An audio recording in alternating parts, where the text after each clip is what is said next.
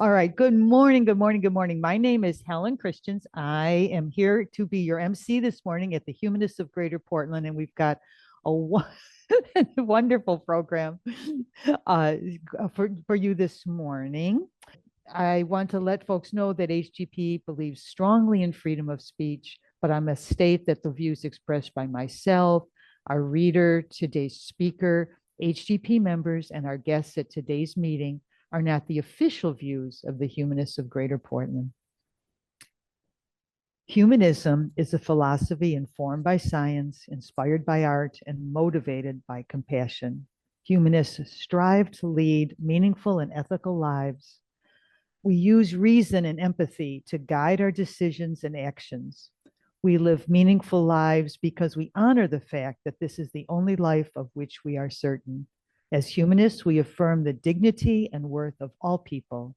We do this not only to acknowledge all that humans have accomplished in the arts and sciences and humanities, but also simply for the possibility for peace and well-being when people interact with respect for one another.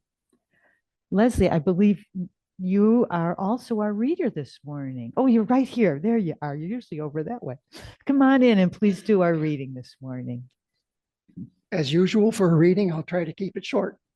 I'm reading from the April issue of The Nation magazine. And the topic is political violence ever acceptable? It's a debate. I hope I can do, these are sound bites. I hope I can do justice to the arguments, to the debate. Natasha Leonard says yes. Why do we continue to debate the acceptability of political violence on the left? It is a well-rehearsed and often tired debate, yet it is not something we will settle easily. We are still debating it on terrains in which violence is ubiquitous, structural, and consistently accepted, if not lauded. Arguments in defense fall this way, historical. We can remember the violent actions of the anti-colonial uprising, the slave revolts, the civil rights movements, and the debate falls under taxonomical. Violence is determined by the violence monopolizing state and its sovereign capital, wherein a broken bank window is deemed violent and the mass denial of health care to the poor, etc., is fine. Necessity-based, whether radical change is possible without some forms of organized violence. We can think of Mandela, Chavez. We can think of Castro. We can think of our founding fighters.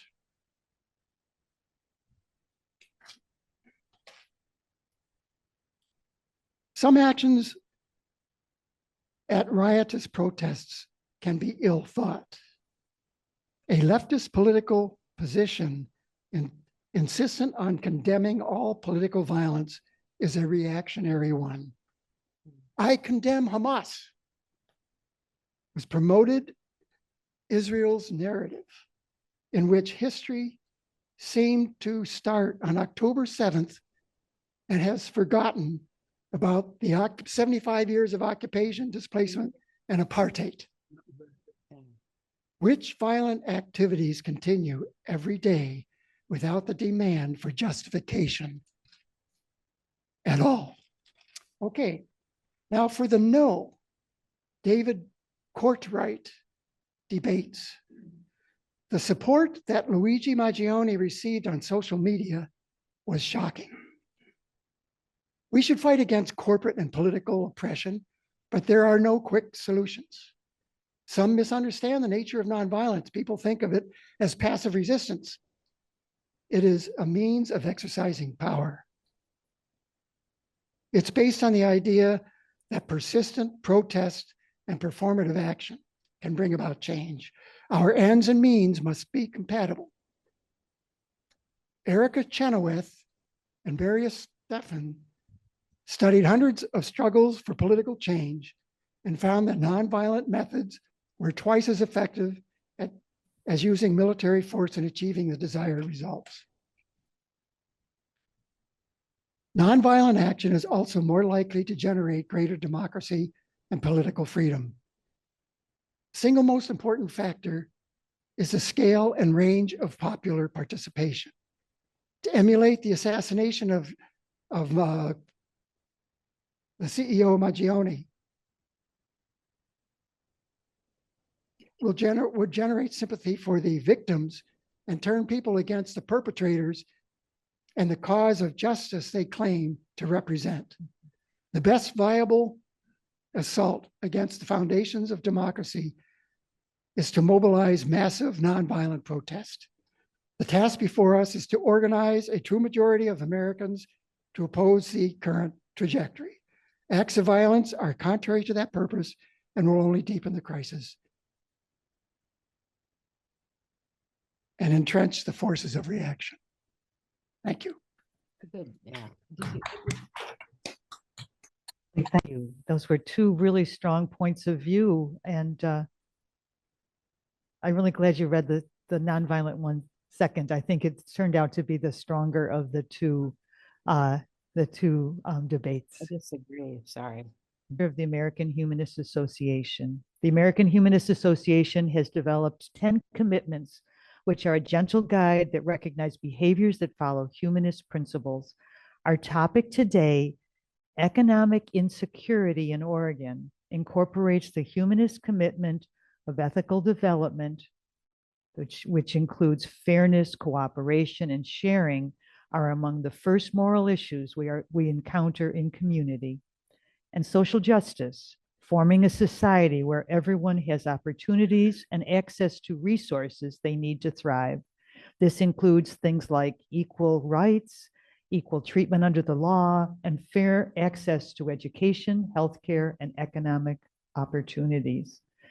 Juan Carlos Ordóñez is our speaker today, and he will be telling us about the topic of economic insecurity in Oregon.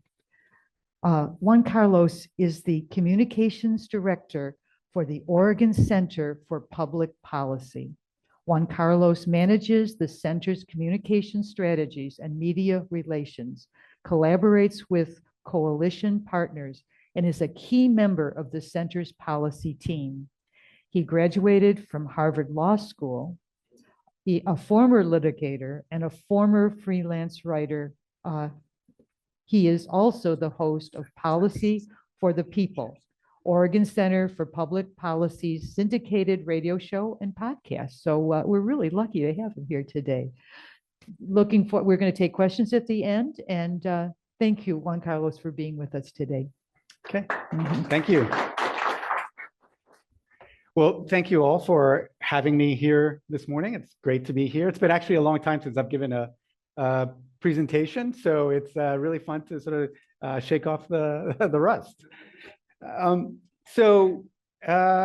As Helen said, I'm with the Oregon Center for Public Policy. We're a nonpartisan nonprofit research institute. We research, analyze, and communicate about public policies that can improve the economic well-being of all Oregonians. And this year is a very special year for us. We are celebrating our 25th anniversary, so it's definitely a big year.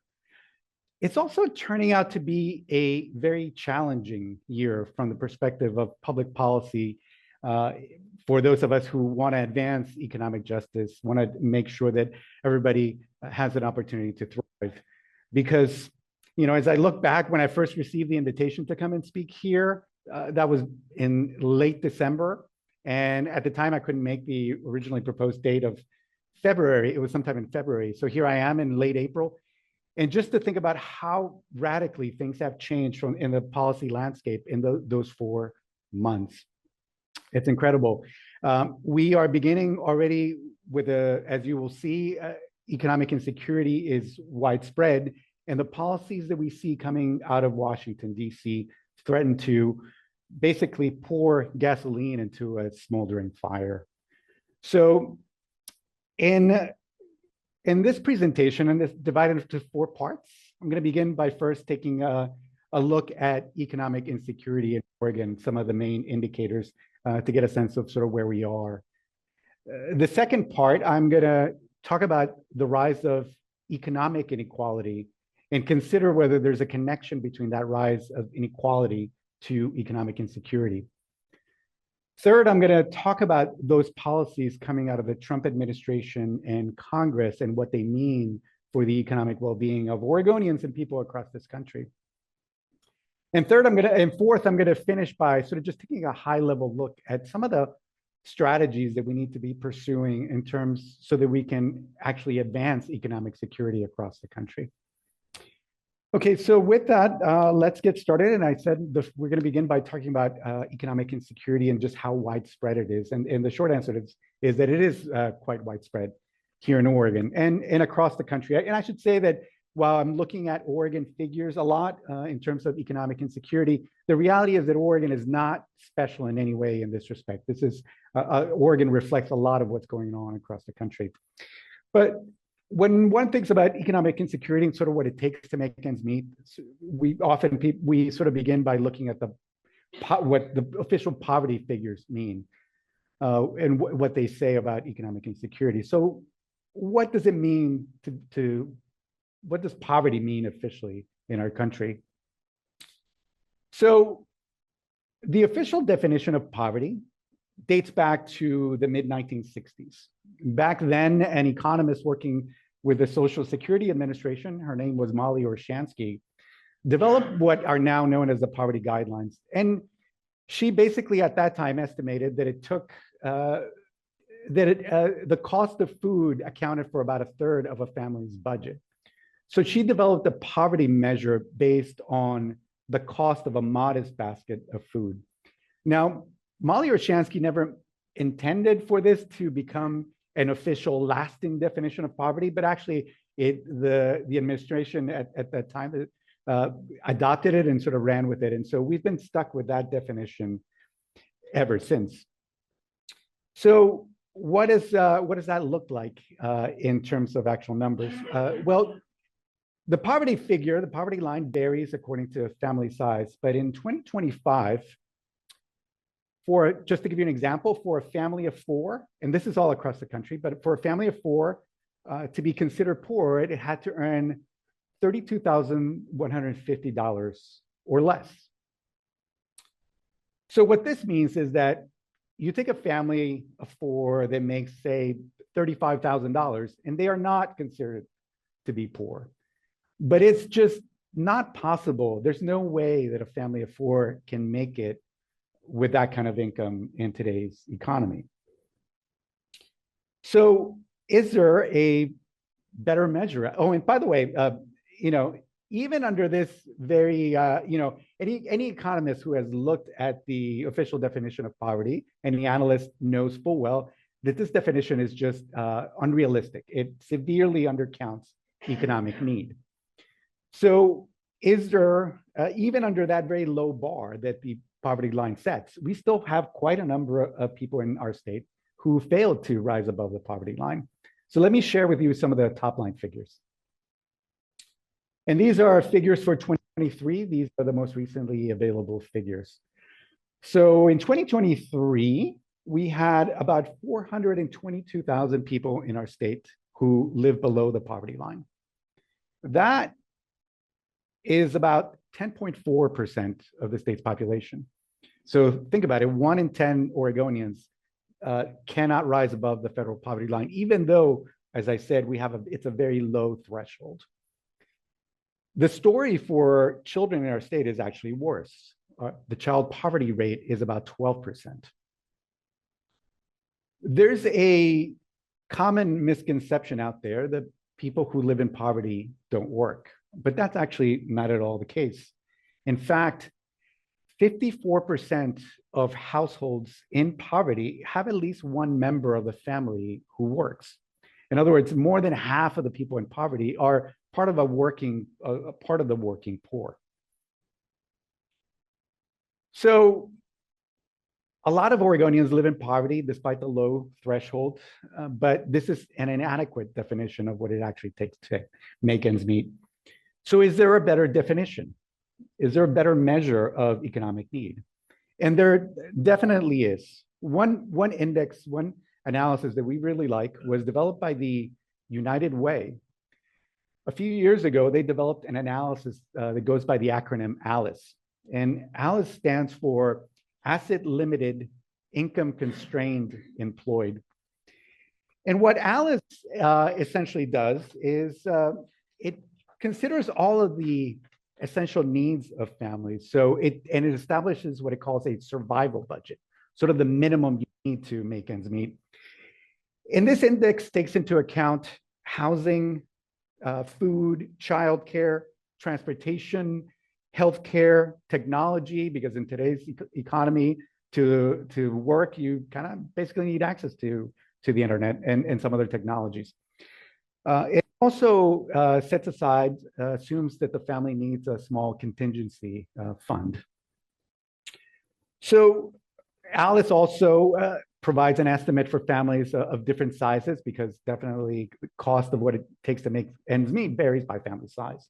But it also varies by location. Some places are more expensive to live than in others. So Alice provides an estimate down to the county size. So what does Alice say it takes to make ends meet here in our county, in Multnomah County? So these are figures for 2022 and we're looking at families of 4 again. For 2 adults and 2 kids, the estimate is that it took in 2022 $101,000 for that family to reasonably make ends meet in Multnomah County. If those 2 kids are actually of preschool age, and then there's childcare or preschool costs involved, the cost goes up to $120,000. To give you a sense of the difference between what the poverty line would say about these families and what the ALICE index tells us, I've put in the poverty line to give you a sense of that gap. The poverty line there in 2022, by the way, for a family of 4 was around $28,000. So a massive gap in the official definition of poverty and what it actually takes to make ends meet in today's economy. Now, there is I should say that this ALICE index, this index developed by the United Way, is not the only analysis of this type. There are others out there. Another one, and I'm sorry, I forgot to give you sort of the punchline. The punchline is that under the ALICE index, about 45% of Oregon households fail to make less than that survival budget, what it takes to make ends meet. So a huge share of our population is facing some level of economic insecurity. And by the way, that level has been rising over the past, since the Great Recession. While poverty figures have basically stayed flat, the ALICE index has shown that economic insecurity, the share of families unable to meet that survival budget, has been trending up over the years. Now, there are other indices that also provide estimates of what it takes to make ends meet. These are not, and one of them, for example, is the Urban Institute. They produce what's called the True Cost of Economic Security analysis. According to their estimate, 59% of all Oregon households are economically insecure. The main difference between the Urban Institute's analysis and the ALICE index is that the Urban Institute also factors in debt service as part of the family budget. So, and a lot of that is the cost of student loans.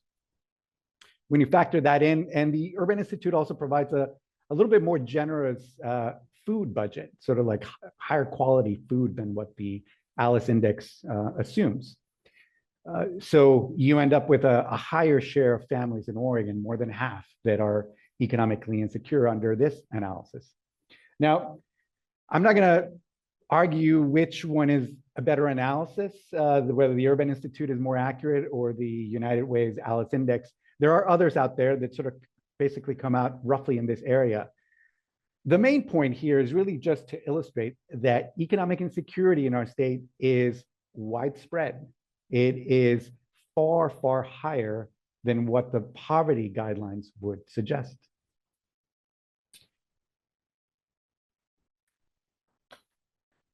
So let's move on to part two of the discussion, and that is economic inequality and just how extreme it is right now.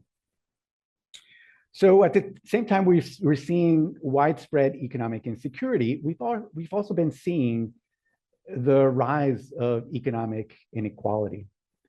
And there are different ways of measuring economic inequality. One of the most commonly used is to look at income inequality. And income inequality refers to how much money you bring in, and the usual measure is like in 1 year. So how much money do you bring in that year? And for most of us, it might be our paycheck. For most people, it's your paycheck, or it can be retirement income. If you sold some stocks or bonds, the profits from that sale is counted as income. So basically how much money you brought in that year. And if we look at income inequality over the past 4 decades, we see that there's been a long-term and growth of income inequality. In the blue line here, we have the richest 1% of Oregonians. And by the way, the data that I'm using here, in case you're curious, we're looking at tax data provided to us by the Oregon Department of Revenue. So this is not survey data. This is hard data from Oregon tax returns.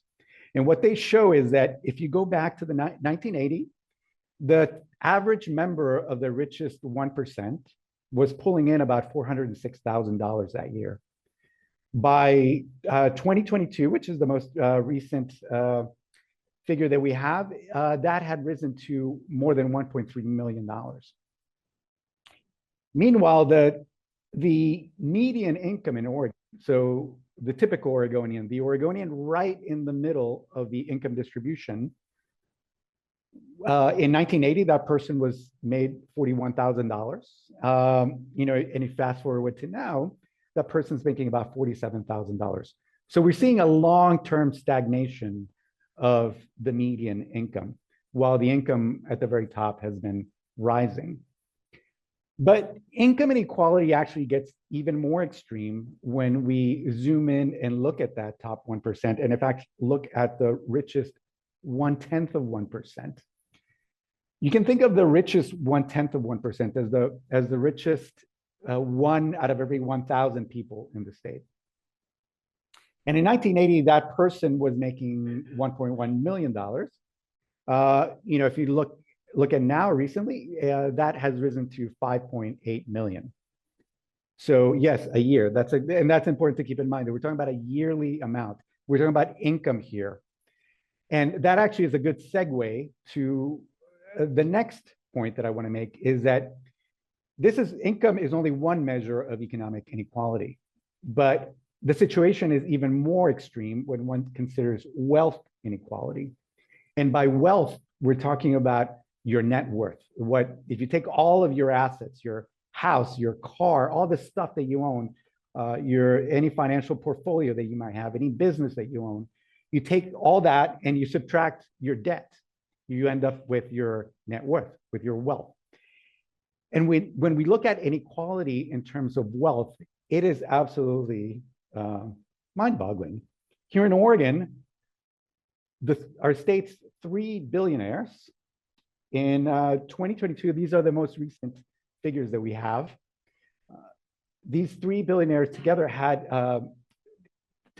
wealth of 53 billion, which was a lot more than the bottom half of all Oregonians, who together had about 27 million in wealth.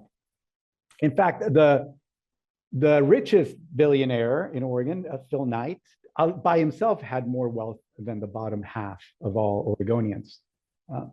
In case you're wondering, by the way, who the 3 billionaires are, Phil Knight of Nike, Tim Boyle of Columbia Sportswear, and Travis Boersma of Dutch Brothers Coffee. So,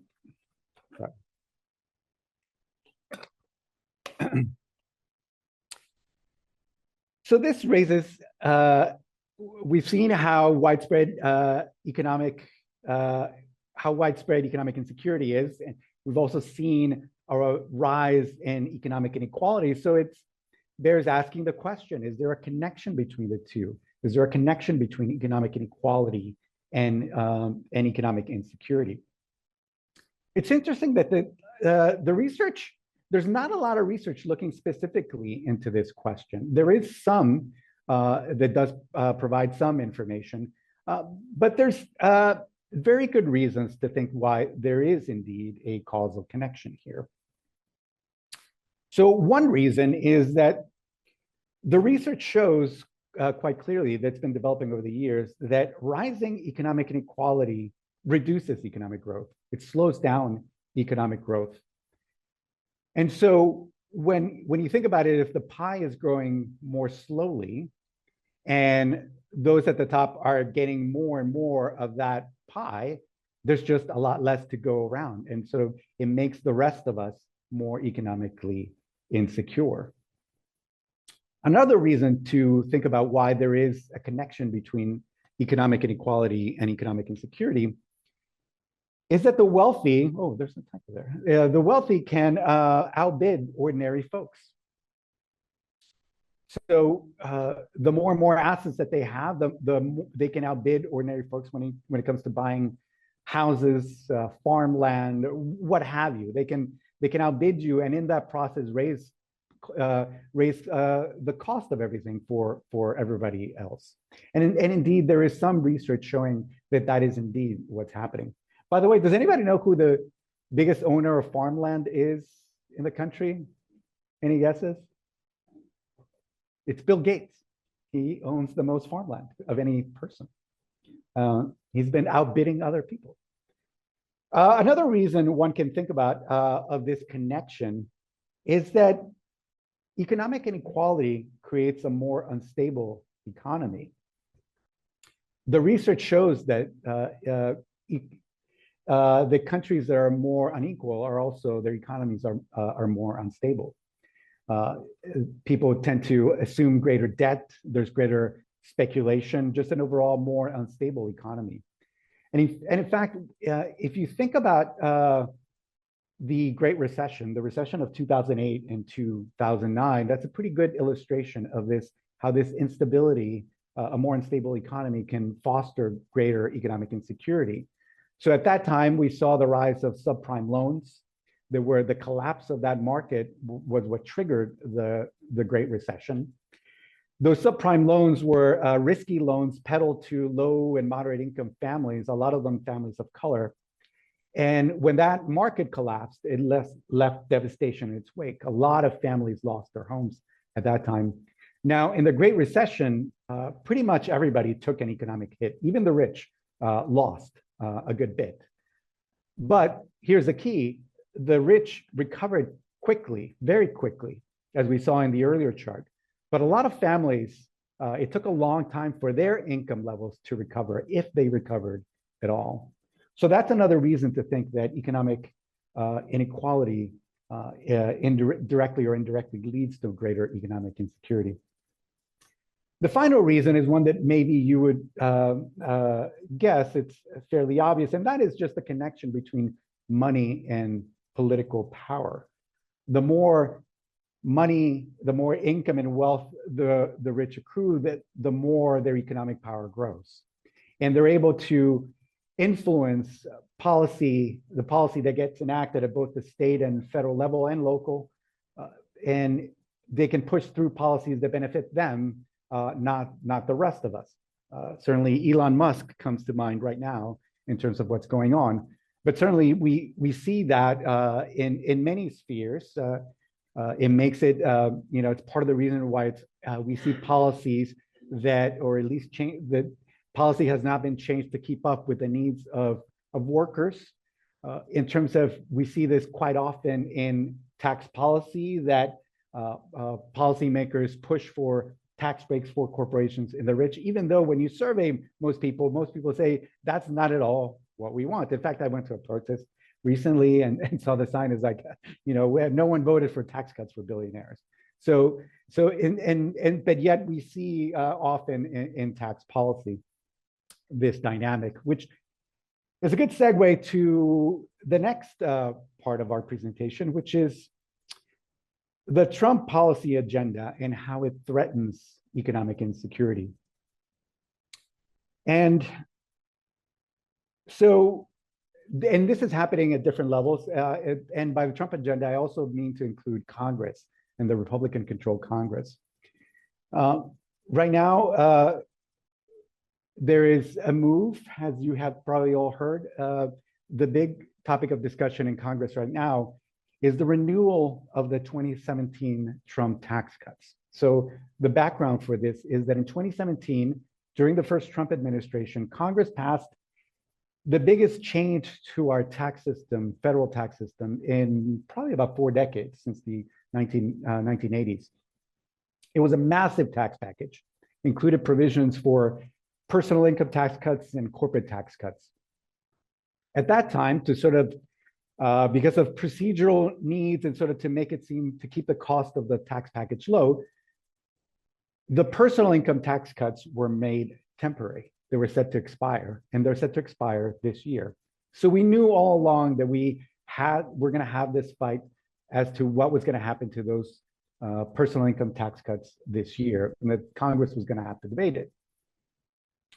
The Republican-controlled Congress, by the way, the corporate income tax cuts are staying in place. Those were not made temporary. Those were made permanent, or at least until Congress decides to revisit the issue. But so they're not going away anytime soon. But it's the personal income tax cuts that are on the table.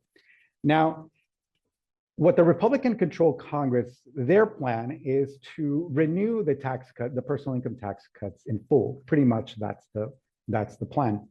And this would cost the federal government about $4.5 trillion in foregone revenue over the next decade.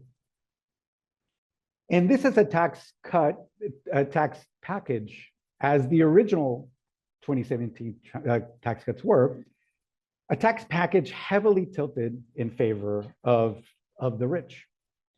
So we can take a look here of just how skewed it is in favor of the rich. About half of the tax cuts from this tax package would go to the wealthiest 5% of Americans. So it is very concentrated, the benefits at the top. We can look also sort of what it means for individuals, and specifically here in Oregon, because we do have some estimates provided by some organizations that we work with. So in this estimate, we can see what Oregonians at different levels of income would get from this tax package. On the left-hand side, we have the lowest earning 20% of Oregonians. And next year, they would get a tax cut averaging about $100 from this tax package. The Oregonian in the middle, this third 20th percentile, would get a cut averaging about $860. But the richest 1% would get a tax cut of averaging about $22,000. So again, it's a tax package heavily skewed in favor of the rich. The story actually gets worse because the tax and budget plan that is moving through Congress, and it is moving quickly through Congress, it's not reality yet, but it is moving quickly. The plan is to reduce part of the cost of this tax package by making cuts to essential services, especially cuts to Medicaid and to supplemental nutrition assistance. Medicaid is what we in Oregon call the Oregon Health Plan. And Medicaid provides health coverage to about 1/3 of Oregonians. And I think roughly about half of all kids here in Oregon get coverage through the Oregon Health Plan. So it is a pillar of economic security for Oregonians and people across the country. The same is true for supplemental nutrition assistance, SNAP, which used to be called food stamps. Something like 16% of Oregonians, roughly, cover their food needs, their food essentials through the Supplemental Nutrition Assistance Program. Supplemental nutrition assistance is really the nation's first line of defense against hunger. If you talk to the folks at the Oregon Food Bank, they will tell you the same. As good work as the Oregon Food Bank does through distributing food throughout the state, their assistance doesn't come anywhere near what the heavy lifting that the SNAP program does in terms of feeding people in need. So so as a number of commentators have pointed out, a number of analysts have said, the Republican plan is to basically cut Medicaid and SNAP to help pay for tax cuts for the rich. And that comment really seems accurate when you look at this next chart. As we can see here, the cuts to SNAP and to Medicaid would roughly total the same amount as to what the richest 1% would get from the tax cuts. So it is indeed a fair statement to say that the current budget blueprint being discussed in Congress is to cut SNAP and Medicaid to pay for these tax cuts for the rich. Now, if you look at the plan, it doesn't say so, it doesn't spell it out, but those who can see of sort of where the cuts would need to be made, it's absolutely clear that there's no way to get around it but cutting SNAP and Medicaid. Now, so this is a pretty dire picture as it is, but that's not the entire part of the Trump policy agenda, because as you all well known, if you've been following the news, we have tariffs to deal with. And tariffs are, as pretty much any economist from across the political spectrum would tell you, they are a tax on imported goods.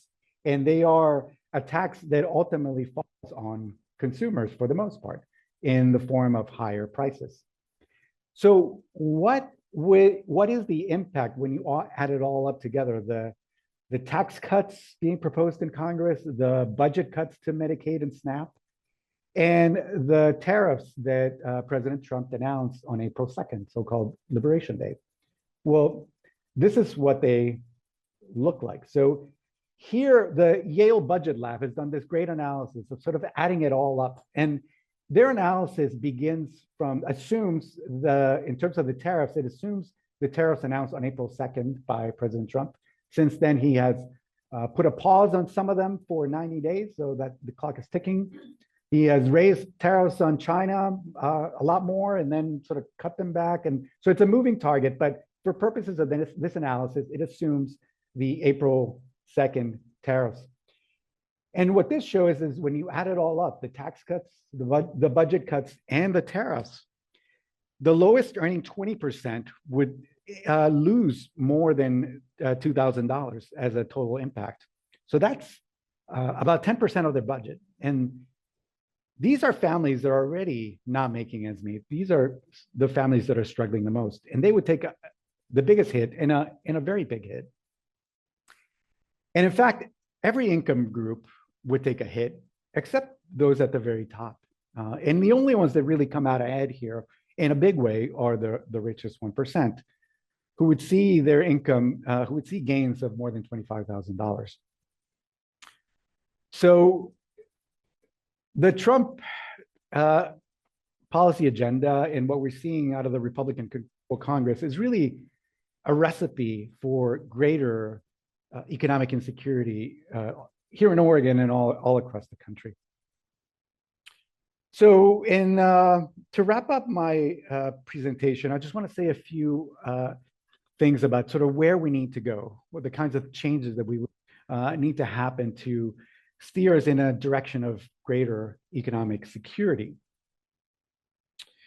So what do we need to do to advance economic security? And these are, again, just high level. I'm not going to get into any very detailed discussion of the policy specifics. I'm happy to during the Q&A if folks have questions about that. But just these are just high level. And I also don't mean to suggest that the 4 items that I'm going to say here are exhaustive. These are just elements that we think are part of any sort of short list of the kinds of things that we need to be doing.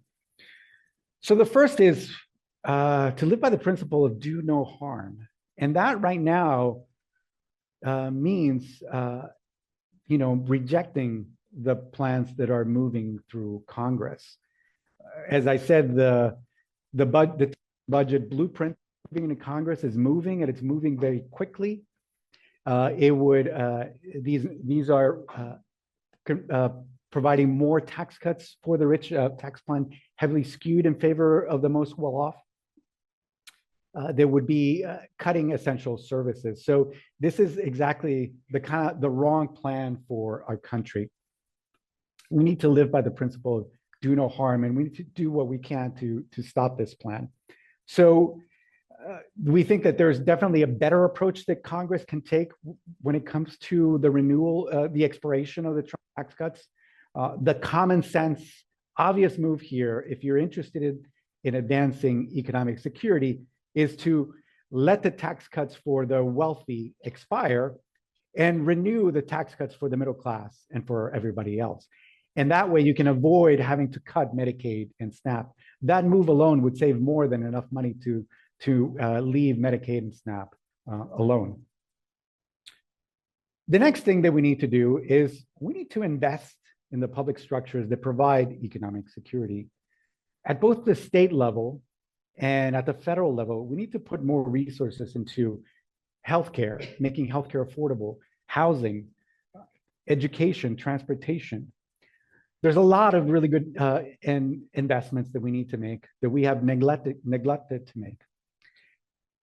There's another type of public investment that doesn't get a lot of attention, but that we think is quite important, that we need an important investment that we need to make, and that is in what are called cash programs.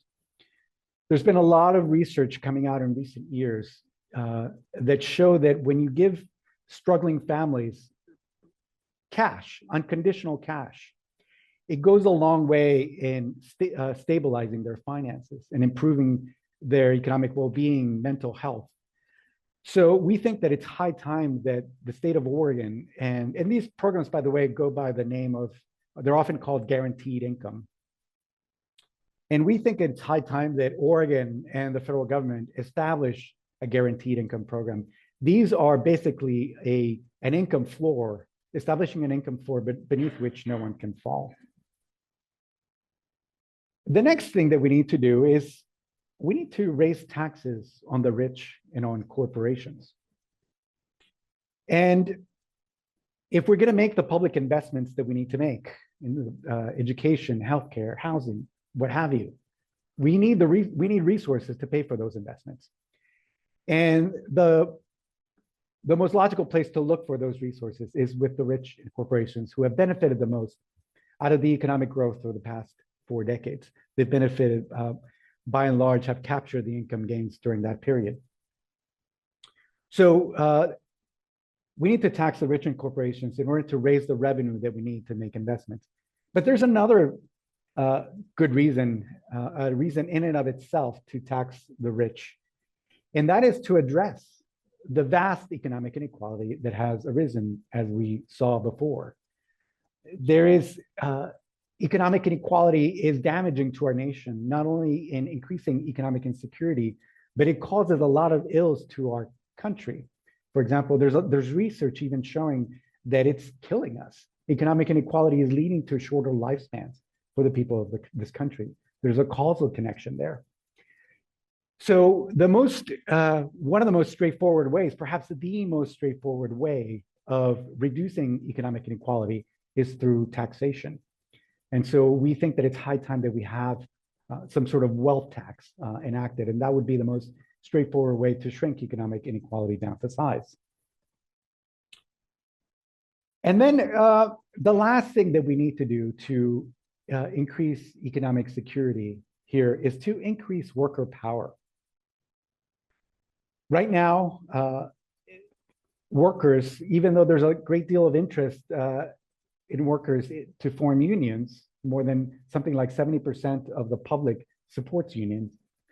The unionization rate is at an all-time low, or at least that it has been in the past, almost a century. And part of the reason is because, beginning in the 1970s and speeding up through the 1980s, there's been a concerted attack against the ability of workers to organize, and the federal government has looked the other way in the meantime. Our labor laws are badly out of date in terms of enabling workers to come together and bargain collectively. And if we think back to the middle of the 20th century. It was the rise of unions, of organized labor, that created a vibrant middle class that is no longer here. And it's going to take workers coming together to bargain collectively for better wages and working conditions to once again bring back broadly shared prosperity. So my final words today would be that we need to address the widespread economic insecurity that we have. And right now, it's an absolutely pivotal time for a country when it comes to this question of which direction we will take. The policy agenda from Congress and the Trump administration threatens to pour fire into that, gasoline into that smoldering fire that is economic insecurity. So we need to do everything that we can to put a stop at the very least in terms of the budget plan that's moving through Congress. And time is running out. In the next couple of weeks and couple of months, will determine the outcome of that fight. So let me just say that if you don't know about the Oregon Center for Public Policy, you can find us at OCPP.org. If you go there, all of the research that we publish you can find it there, and there you can sign up to receive our email updates. Also, if you're inclined to make a donation, it would go to help us wage this fight for economic justice in our state. And as Helen said, I also want to invite you to check out our podcast. It's a syndicated radio show. We air on 7 community radio stations in Oregon, but also it's available on all your podcast feeds. So please do check it out. It's called Policy for the People. What a strong, put together program that just makes me proud to be an Oregonian, because we have organizations like yours that promote the idea of justice. And thank you for the good work that you do. Thank you. Okay, let's start with here at Friendly House, questioner number 1. Come on in, Dave. You're showing us the amount of money that various levels of income would get by this bill that Congress is working on, but I kept wondering what tax rate, what is the rate of tax changes, the changes in the tax rate that are in this bill. And then you also mentioned the possibility of taxing wealth, meaning, I guess, that's house you own and it's property you own and all that. So what tax rate would you recommend applying to tax your wealth also? So there's a lot of different provisions in the tax package when it comes to personal income tax. In terms of the personal income tax rate, and I'm going a little bit here by memory. So the top rate, I believe, came down from like 39% down to somewhere in the mid 30s.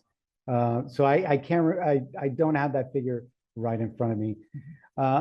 In terms of wealth tax, there's different ways to go about it. So one proposal that I've seen, for example, is just putting like a 2% wealth tax on fortunes of $1 billion and above. So for example, that's one that I've seen. There's different proposals out there, but $1 billion and above, or above $1 billion, I should say. Mm-hmm. There are different proposals. I've seen one, for example, that it was a very small percentage, like a fraction of a percent on fortunes over $100 million as well, and that it would just play out over years, and that's certainly another possibility. So there's just different ways that one could structure it. Thank you. Questioner number 2. Let's go ahead. Thank Go you. ahead, Jim. You mentioned briefly the possibility or the usefulness in developing some kind of universal income. That has been thought about, worked on since the 40s. I know during the Nixon administration, they almost installed a universal income, and that had advanced happen. Andrew Yang brought up in his presidential bid in 16, possibility of giving every American $1,000 universal income. What are your thoughts on the overall opening of the treasury to $1,000 a month or some amount to each American? And would that help or solve the poverty problem? So that's a very good question. It sort of brings up, it's actually a somewhat different concept, what we call guaranteed income and what folks call basic income. So basic income, the one that you described, or at least part of your comment described, would be, say, giving $1,000 or some amount, the same amount to everyone. That's what people often call basic income, a universal income. Then there's a guaranteed income, which what it does, it sets an income floor. So people who everybody makes at least a set amount of money, you're giving. So for example, and this is just a random example, anybody who makes, say less than $30,000 a year would get X amount in terms of a guaranteed income. So it sets an income floor. So it's a different policy. And we think that guaranteed income, it depends on also sort of where you're trying to establish it. And because, for example, at the state level, Oregon can only spend the money that it brings in terms of revenue. So its fiscal capacity is much more limited. So it's doing a universal income here in Oregon, a basic income, it's much harder. We actually saw this fight play out last November with Measure 118, if you recall. That was to establish basically a basic income. It would have been very expensive. It would have, the measure had a lot of technical problems and drawbacks in the way that it was written. But it showed just how expensive it would be to carry out such a policy. A guaranteed income is much more targeted, less expensive, much more feasible for a state to carry out. At the federal level, again, it also depends on how you carry it out. Would giving $1,000 to everybody be beneficial? Sure, but it also depends on sort of, sure, maybe. It depends on how you structure it, because some of the proposals that I've seen out there, and I'm not sure if Andrew Yang's it was exactly this, but I've seen some who'd say, okay, why don't we get rid of supplemental nutrition, of temporary assistance for needy families, for school meals, like, let's get rid of the safety net and then just give everybody, $10,000. Well, that wouldn't necessarily make these families whole. It wouldn't necessarily make them better off. So it sort of depends on how you structure it as well. We think that let's begin with a guaranteed income that can have a real big impact, and it would cost a lot less than giving everybody, a chunk of money. Juan Carlos, when during COVID, every family that had children received a child supplement payment. Mm-hmm. And I know that reduced child poverty significantly. Is that kind of like what Jim was talking about with a? It is similar, and that was actually a very good experiment in terms of the impact that this can have. I mean, it wasn't for everybody. I think it was it was most people, like 80% of households, I believe, with kids were qualified for this amount. In fact, I recall receiving it. I have 2 kids, and so we received it as well. So, and yes, it did go a long way in addressing poverty. And the reason why it was so effective was because, unlike the current child tax credit, it actually gave the full amount to poor families. The way the current child tax credit is structured, it actually leaves out the families that most need it, the poorest families. So it's sort of backwards. So, and that child tax credit didn't. And we saw an immediate drop, child poverty cut in half. Yeah. Thank you. Okay, we have a question from Gail that I'll read. Gail Myrna writes, what is the likelihood of our current Republican-led Congress of doing any of this stuff that you're recommending that we want and need? Well, it's interesting that there's, I think if you would have asked me 2 months ago, I would have said like nil or almost almost nil. But I think that there has been such a big backlash to this plan, people out in the streets, that it feels that they're feeling the heat. And so, for example, there was a letter signed by 12 Republican members of the House who have said that they will not support cuts to Medicaid. That's positive to hear. There's also there's been a couple of stories this past week in the Washington Post and New York Times about how there's even some thinking of cutting out the tax cuts cutting out the tax cuts for the very rich, or in essence raising taxes on the very rich, but keeping the tax cuts for the middle class. Now it's not clear, I don't believe, as far as if I'm recalling correctly, that they would necessarily pair with avoiding cuts to essential programs. But nevertheless, I think that it's a reflection of the Trump administration and members of Congress recognizing how much pressure, how the size of the opposition to this budget blueprint. Thank you. Questioner number 3 here at Friendly House. Go ahead, please. Wondering if you have knowledge or exposure to the unstated intentions of Republicans in Congress when they try to renew these tax cuts. For example, it looks good on the surface, so maybe they just want to get reelected. That's one intention.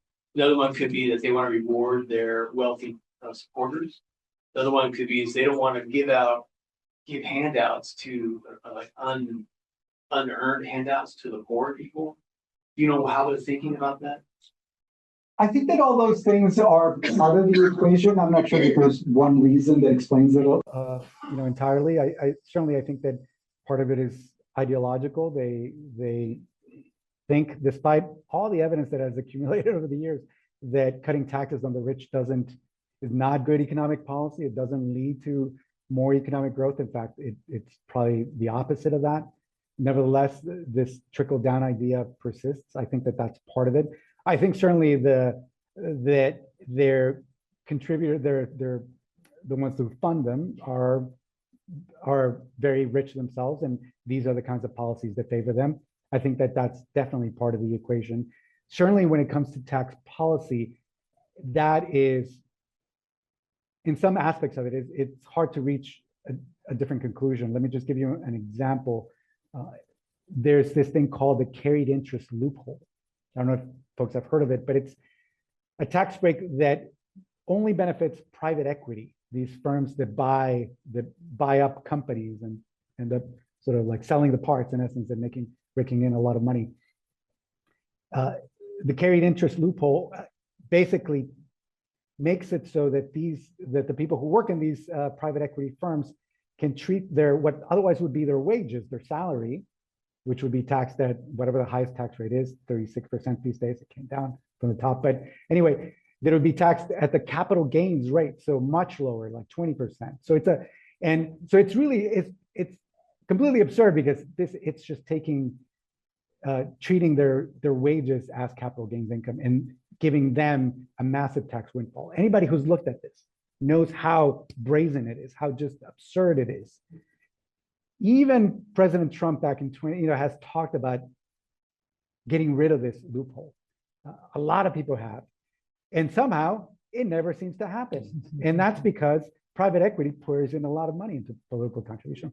So money is definitely part of the equation, but part of it is ideological, the sense that somehow it's we shouldn't have a safety net, that somehow the folks who get it haven't earned it. So I think we need to, and this is sort of taking me off on a tangent, but one of my things that I share with folks is that we need to be talking about earned income at the top, because the fortunes that people have collected at the very top are definitely unearned, in the sense that when you look at how these fortunes have developed, they happen most of it through luck, being in the right place at the right time, being born to the right family, being unscrupulous in your business practices, screwing over workers and customers and so on. So I think we need to be talking about that. And the reality is that most people who are, like, let's say people who are on Medicaid, most people who currently are there actually work. Most of them work or have a disability or are kids. So it's not a question of earned versus unearned when it comes to these benefits. So again, it was a tangent, but thanks for the opening. Juan Carlos, I know when Mike Johnson, the head of the House right now, made this comment about Medicare. Oh, there's all these, and he used people, young people, who are on Medicaid and not, and are strong, healthy people, and they're on Medicaid.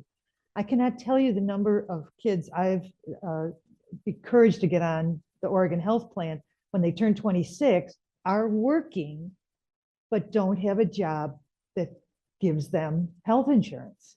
And so they have to apply to the Oregon Health Plan.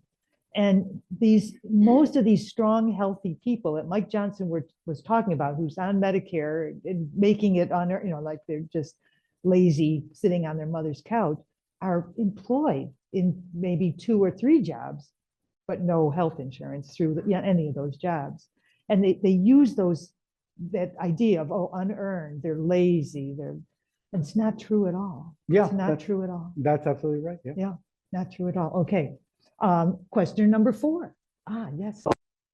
So I remember hearing something on NPR, I think it was going back, and they were talking about the stigma that went into this cash award to meet the guaranteed income, and I think it was for Oregon.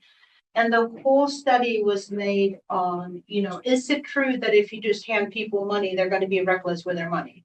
And this study showed the opposite, actually, that if you do that for people, they get very frugal and they're very careful with their money. So do you have any experience with that study or anything similar, anything coming out of Oregon that we can lean on to prove that? Yes, thanks for that. Absolutely. I mean, that's what the research Consistently shows that, just giving these small amounts of cash goes a long way in providing economic stability. And in fact, going back to the lessons of the expanded child tax credit, when people looked at it, they conducted the census conducted very detailed surveys at that time of what these expanded child tax credit was accomplishing. And what it showed was that families were spending that money on the essentials, on food, on housing, on kind of the things that you would want to see that money spent on. So it was effective. It wasn't people were going out and taking holidays or anything like that. So and there's a lot of pilot programs. There have been some here locally that also show the same things. But there's been a lot of experiments going on since they began right before COVID, but really accelerated during the pandemic in terms of these pilot programs for guaranteed income of unrestricted cash. And they, and folks who carry out the pilots study what happens, and they all pretty much come out to that same conclusion, that families are using the money to address their essential needs. And where are we now? there are some All pilot programs that have taken place. Sadly, Multnomah County was carrying out a pilot program called the Mother's Trust, and it was providing moms cash assistance. That closed recently.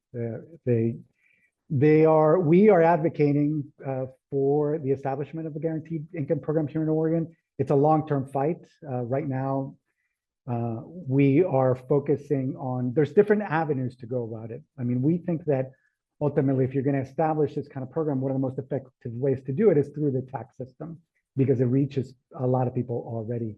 But part of what we're doing right now is expanding cash programs that already exist within the tax code. So right now in Oregon, in this legislative session, the legislature needs to renew what's called the Earned Income Tax Credit. It's a tax credit for low-income workers, working families. So it's not a true guaranteed income program, but it's similar to it, and it's definitely a big overlap there. We are advocating that the legislature not only renew the credit, that if they don't do it, it'll go away, but also strengthen the program, increase the amount of the credit, and expand it to categories of workers that are presently excluded. So there's definitely activities going on there. And certainly we have lawmakers who are pushing to, 2 years ago, we helped, OCPP and a number of other organizations led the push, a successful push to establish the state's first child tax credit. So that's another avenue for expanding it. And again, it's probably to create a guaranteed income. It may take this kind of multi-step approach of expanding existing credits and eventually, hopefully, be able to establish a true income floor. Well, that makes sense. If you look at the taxation, place, the foundation is there. You just, adjust the numbers to a more fair system. And it's a very efficient Yeah. way of Yeah. distributing benefits rather than having To jump through hoops and fill out forms and well, they would have to fill out a form, the tax form, but other than that. Mhm. Thank you. Okay, we're on questioner number 5. Albert. I look at the other side of the problem that we have too many people in America working to keep poor people poor. And in particular, could we do something in public policy to, I think the Biden administration was revitalizing antitrust enforcement. And the other things I see that are big, keeping poor people poor, are the amount of consumer finance debt. And the interest rates are both the amount and the interest rates are just astronomical compared to what they used to be. Could we maybe change the bankruptcy laws or something so that people aren't so anxious to lend money to people who aren't going to be able to pay it back, and maybe they wouldn't have to charge so much interest if they were a little more judicious. We could reduce the size of all that. And the same thing about gambling. Gambling is another big industry now that's just designed to keep poor people poor. Okay, you've asked your question. Let's see what the answer. Yes, I think, My list of items wasn't exhaustive, but certainly antitrust, it's time to, and we began to see that with the past administration of sort of reactivating antitrust law. I think that is definitely something that needs to happen. Monopoly power is part of how unearned wealth has been accumulated at the top. Certainly, if you look at the wealthiest people in the country, they are basically running monopolies in their area, whether it's like in social media, Google, although we do have an antitrust case against them right now. So definitely antitrust law, it is an important thing to reactivate. Yes, we don't do a lot of work on bankruptcy law, but my recollection is that yes, more than, maybe 20 years ago, the bankruptcy law was severely curtailed. So interestingly for individuals, but not corporations. And yeah, it's definitely, that is a problem. And it would be helpful to make it easier for people to file for bankruptcy and start anew. So yeah, I think that's definitely a good thing to do. There's a lot of things that we need to do to address economic insecurity. Just bringing up credit cards at 23% interest. And everybody, so many people carry a balance and they pay 23% interest a year on their balance. People that pay off their credit cards every month get bonus points. They get free airfare. They get a free hotel because they put their money on the credit card. That's another, rich against poor. The people that can pay off their credit card every month get the bonus points. People that don't pay 23% interest. It's unfair. It really is. Yeah, it's the whole thing about that is definitely a big topic of conversation. In fact, there is Senator Wyden has done a lot of really good work, and it's sort of like shining light to how billionaires use debt to basically avoid paying taxes. And so what they and I think that the shorthand is like buy, borrow, and die is what he calls the strategy. And what it basically is that someone like, say, Elon Musk, who has billions in unrealized capital gains, so well, maybe not as much anymore, but still a ton of unrealized capital gains from Tesla stock. Rather than selling some of the stock to pay for his everyday living. If he were to sell stock, that would trigger a taxable event, and he would have to pay income on those profits. Rather than do that, he borrows money. So and he lives off of that of those borrowings, and so there's no taxable event. And then he never sells the Tesla stock, which continues to accrue in price, or at least has been the case for quite a long time. And so he never pays. And when he dies, that all that capital gains will be effectively erased, and his heirs will begin from zero. So they will get billions in an inheritance and owe not a penny in taxes.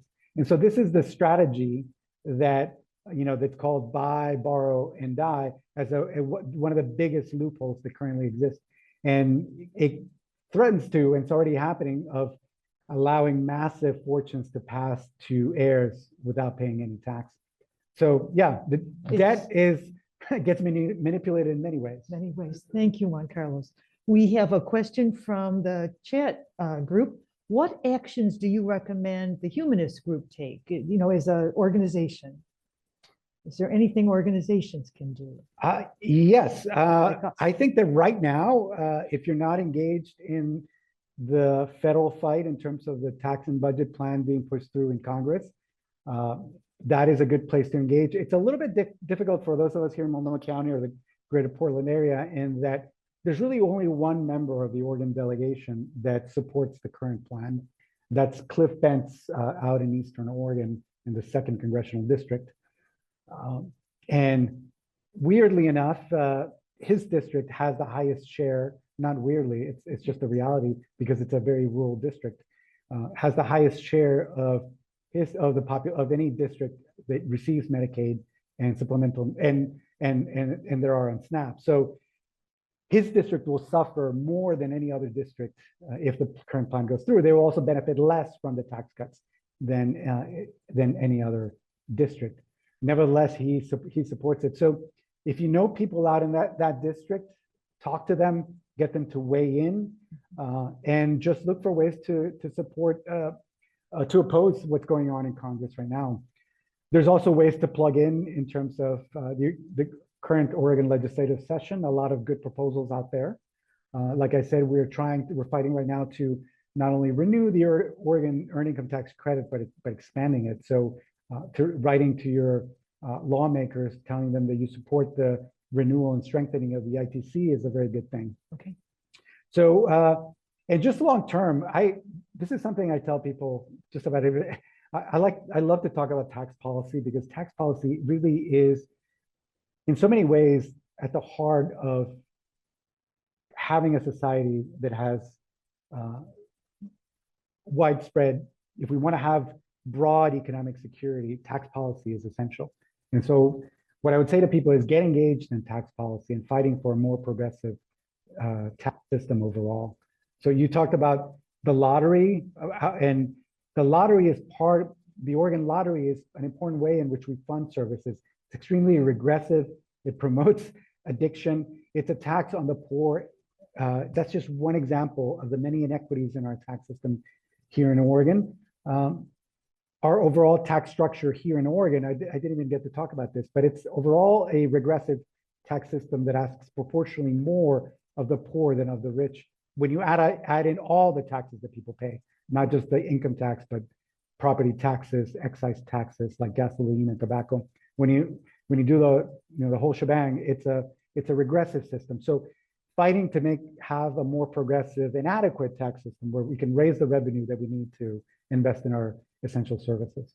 Okay, we have one last question from question number 6. Yeah. I understand that the carried interest, or the what? Yes, Is currently the tax now. Is currently now. I understand it's 15%. For capital gains? Yes, capital gains. It's 20% for depends on your, there's a couple of like 3 brackets, but the highest is 20%. So some millionaires will be paying the 20%. Yeah. I've heard whether it's true that this administration is pushing for a 37% capital gains tax. I have not heard about cap. Gains tax. I think that they were talking about restoring the highest tax bracket that was in place during the Obama administration. Sort of the Trump tax cuts of 2017 brought down the highest rate, as we were talking about before. And I can't remember the exact figures, but they're talking about possibly reinstating that higher rate. Thank you. Juan Carlos, that was an amazing presentation. I just want to sincerely thank you for the wealth of information you brought to us today, and for the good work you do. You could be, as graduating from Harvard Law School, you could be representing these folks that are doing all this harm to Oregonians, and instead you choose this work. I used to be, I used to work at a big law firm in New York for a few years after law school. So I left, to do something more meaningful. Yeah, thank you. Thank you for